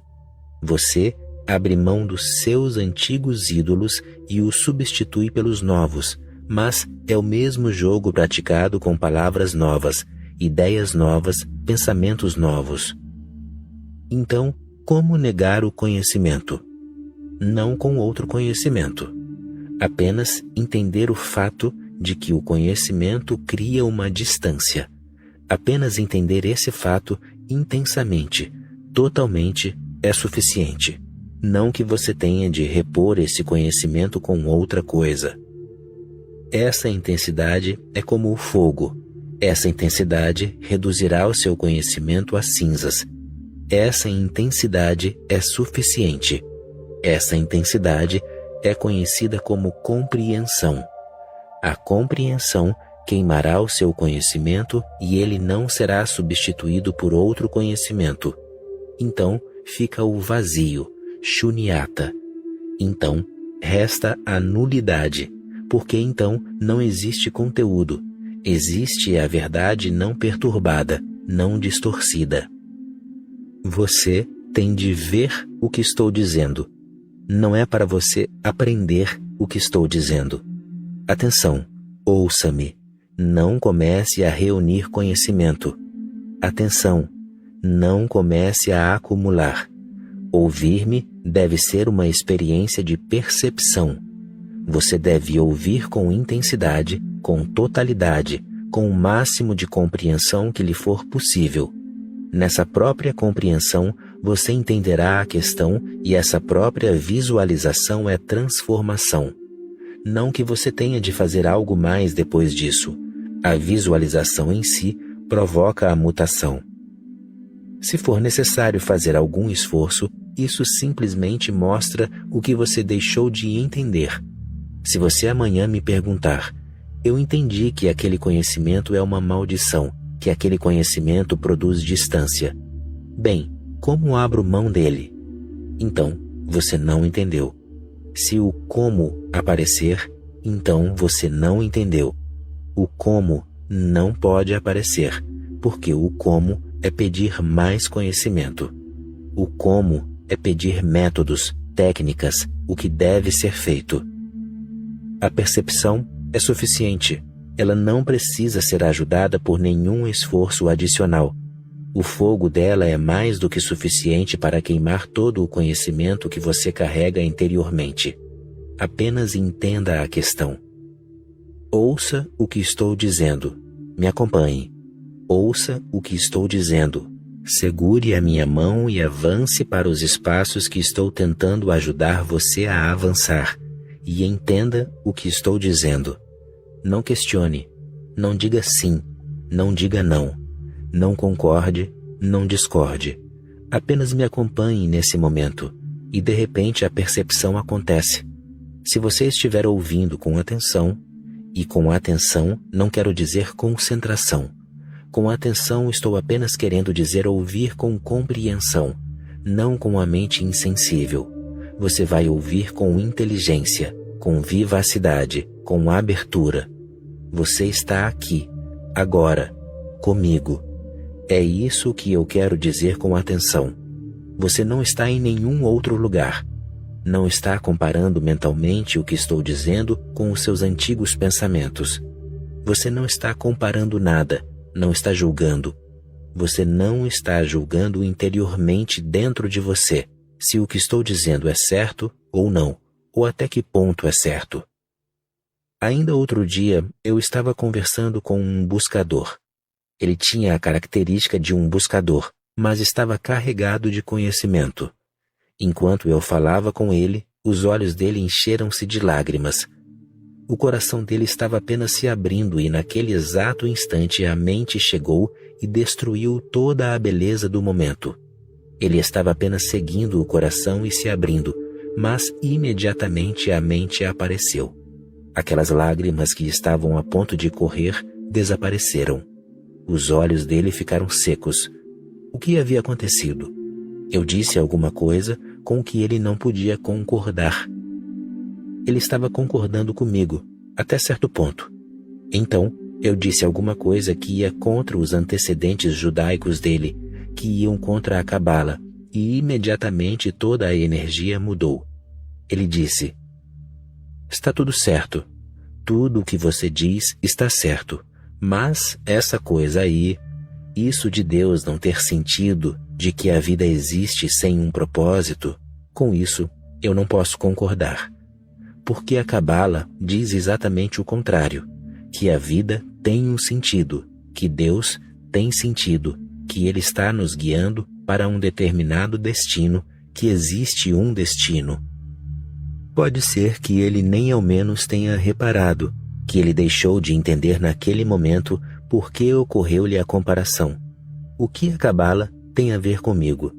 Quando você estiver comigo, afaste todo o seu conhecimento sobre a Cabala, a Yoga, o Tantra, sobre isso e aquilo. Quando você estiver comigo, esteja comigo. E não estou dizendo que você deva concordar comigo. Lembre-se, não se trata de uma questão de concordar ou discordar. Quando você vê uma rosa, você concorda com ela ou discorda dela? Quando você vê o sol nascer, você concorda ou discorda? Quando você vê a lua no céu noturno, você simplesmente a vê. Quer você a veja, quer não veja, não se trata de uma questão de concordar ou discordar. Não estou tentando convencer você de nada. Não estou tentando converter você a uma determinada teoria, filosofia, dogma, a alguma igreja. Não. Estou simplesmente compartilhando o que aconteceu comigo e nesse próprio compartilhar, se você participar, pode acontecer o mesmo com você também. É contagioso. A compreensão transforma. Quando estou dizendo que o conhecimento é uma maldição, você pode concordar ou discordar, e você não entendeu. Você deve apenas ouvir, apenas entender, entrar no processo inteiro do conhecimento. Você pode ver como o conhecimento produz uma distância, como o conhecimento se torna uma barreira, como o conhecimento se interpõe, como o conhecimento aumenta e, na mesma medida, também a distância aumenta. Como a inocência se perde por intermédio do conhecimento, como a admiração se destrói, é mutilada, assassinada pelo conhecimento, como a vida se torna uma coisa insípida e aborrecida pelo conhecimento. O mistério se perde. O mistério desaparece porque você começa a ter a ideia de que conhece. Quando você conhece, como pode haver mistério? O mistério é possível apenas quando você não conhece. E lembre-se, o homem não aprendeu nada. Tudo o que acumulamos é apenas lixo, uma bobagem. O que é definitivo, supremo, eterno, permanece além do nosso alcance. O que conseguimos reunir são apenas fatos. A verdade permanece intocada pelo nosso esforço. E essa é a experiência não só de Buda, Krishna, Krishnamurti e Ramana. Essa é a experiência até mesmo de Edison, Newton, Albert Einstein. Essa é a experiência de poetas, pintores, dançarinos. Todas as grandes inteligências do mundo, sejam elas de místicos, de poetas, de cientistas, estão absolutamente de acordo em apenas uma coisa, que quanto mais conhecemos, mais entendemos que a vida é um mistério absoluto. O nosso conhecimento não destrói esse mistério. Apenas as pessoas estúpidas pensam que porque elas conhecem um pouquinho, então não existe mais mistério na vida. Apenas a mente medíocre se torna tão apegada ao conhecimento. A mente inteligente permanece acima do conhecimento. Ela usa o conhecimento, com certeza o usa. Ele é útil, é utilitário, mas sabe perfeitamente bem que tudo o que é verdade está oculto, permanece oculto. Podemos continuar conhecendo, mas o mistério permanece inexaurível. Ouça com atenção, com compreensão, plenamente. E na própria visão você vai entender alguma coisa. E isso que entender vai mudar você. E não pergunte como. É esse o significado quando Krishnamurti diz: negar é silenciar. A compreensão nega. E quando algo é negado, nada é colocado em seu lugar. Algo foi destruído e nada foi colocado em seu lugar. Existe o silêncio porque existe espaço. Existe silêncio porque o antigo foi jogado fora e o novo não chegou. Esse silêncio Buda chama de Shunyata. Esse silêncio é vazio, nada. E apenas esse nada age no universo da verdade. O pensamento não pode agir lá. O pensamento trabalha apenas no mundo das coisas, porque o pensamento é também uma coisa, sutil, mas também é